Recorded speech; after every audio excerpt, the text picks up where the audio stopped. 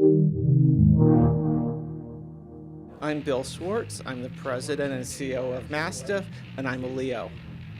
Bill, what is Heavy Fire Red Shadow? Heavy Fire Red Shadow is the newest in the Heavy Fire series of games. It's set on Guam.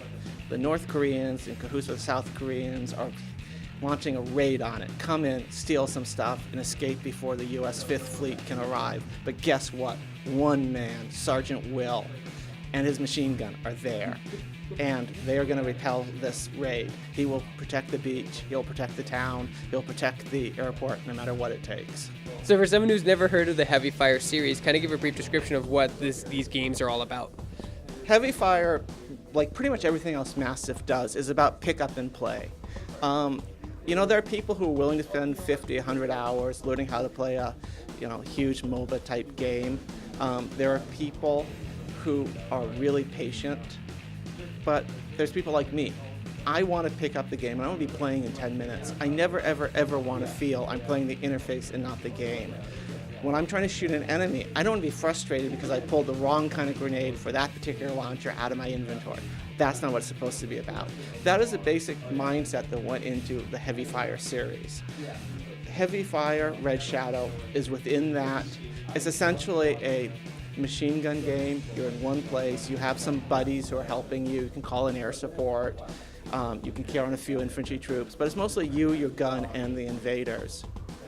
One other really neat thing I should add, going back to the main point, pick up and play means incredibly fast-paced. This reminds me a lot of the arcade games back in the day that were very, you put in a quarter and you just knew how to play. There was no tutorial, an hour tutorial level or anything like that. Yep, that's exactly it. Because it's sort of an 8 to 10 hour play experience, and it's two modes, an endless mode and a mission-driven mode, it's going to be a lot longer than an arcade game, and because it's a 2018 A title, it's obviously on a different level than those arcade games, but the philosophy is exactly the same. When you sit down, we want time to stop. When you sit down and you've played for 10 minutes, I want you to feel like you haven't drawn a breath for 20. And when you do that, and I think people do, we've done our job. And that's the kind of adrenaline we want to produce. One other cool thing about it that I'm also extremely proud of came from a pretty simple insight. A lot of people hate VR. It's a cool idea, but they don't like it. Either they say it's no fun or it makes them sick. So did a little digging, and what we found is the sickness mostly comes from lateral movement, left, right, back, forward. That's where you get disoriented. So guess what? We took out the lateral movement. Because your machine gun's in one place, you're just turning around 360. You're not moving back, forward, left, right. And that allows a lot of people who would never enjoy VR, who hate VR, who think VR makes them sick, to enjoy it. And we're very proud of that. You can play with either or on this game, correct? Absolutely, yes. VR is supported, it's not required. When does the game come out and what platforms will it be on?